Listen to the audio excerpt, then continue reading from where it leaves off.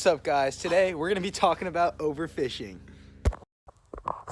So what is overfishing? Well, overfishing is pretty much when you catch so many fish that the fish population is unable to replace itself. Now I'm going to take you guys with me to talk a little bit more about overfishing. There are many fish that are not being targeted that are still affected by overfishing. Large fisheries have different techniques that they use efficiently to catch as many fish as they can. Most fisheries have a tactic called trawling, which is where they drag a large net across a boat and drags along the seafloor.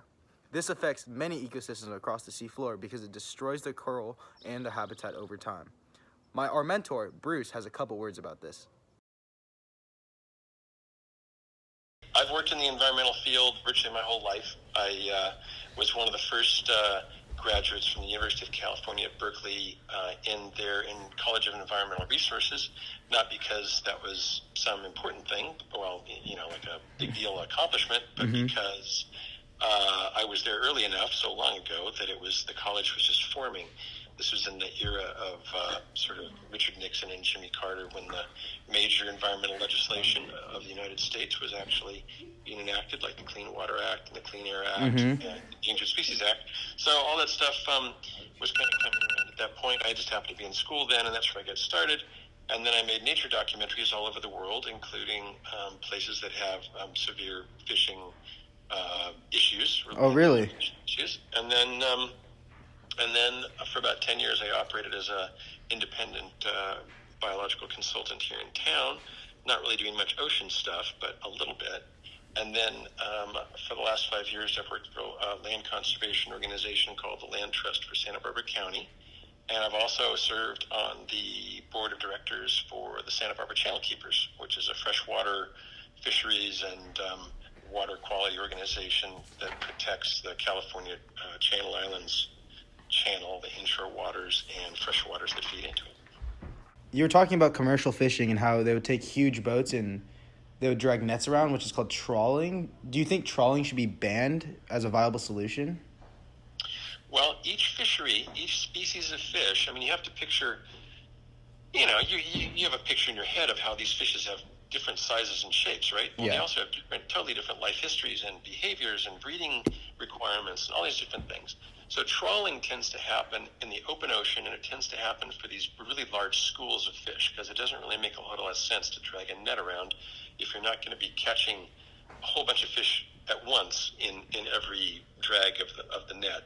It also happens in like a really destructive fishing practice is a lot of shrimp, which gets harvested off the bottom with these nets that are dragged on the bottom, and they catch everything. It gets all the sea slugs and sea hares and spider crabs and everything else, and all that is not really harvestable in the places where they're looking for the shrimp. So they just throw it back over dead, and they end up raking over the bottom of the ocean over and over and over and over and over again until it's destroyed. It hasn't had enough time for it to come back. You can picture it sort of like raking over a grassland someplace. If you do it infrequently, it's going to come back and be pretty much good as new. But if you do it too, the cycle doesn't have a chance to heal, and you end up with severely diminished fisheries. In Santa Barbara, overfishing is not a huge issue, but on a global scale is a much bigger problem. Here in Santa Barbara, we have protected marine sanctuaries to protect the local fish populations. The only problem with this is that the fishermen cast on the border of these sanctuaries to take full advantage of the fish population.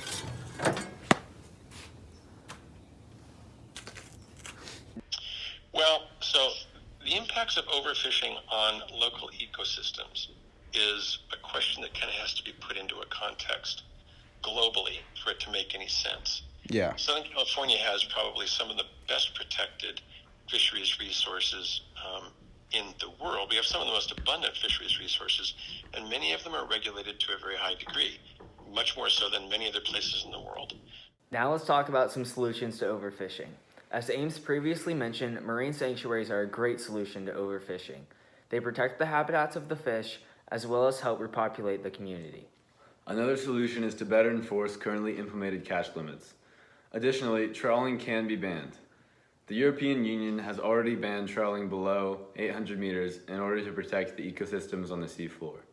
Obviously, banning trawling worldwide would result in outrage from the commercial fishing industry, but it is more important to control the amount of fish we have so that fishing can be a renewable source of food for the future.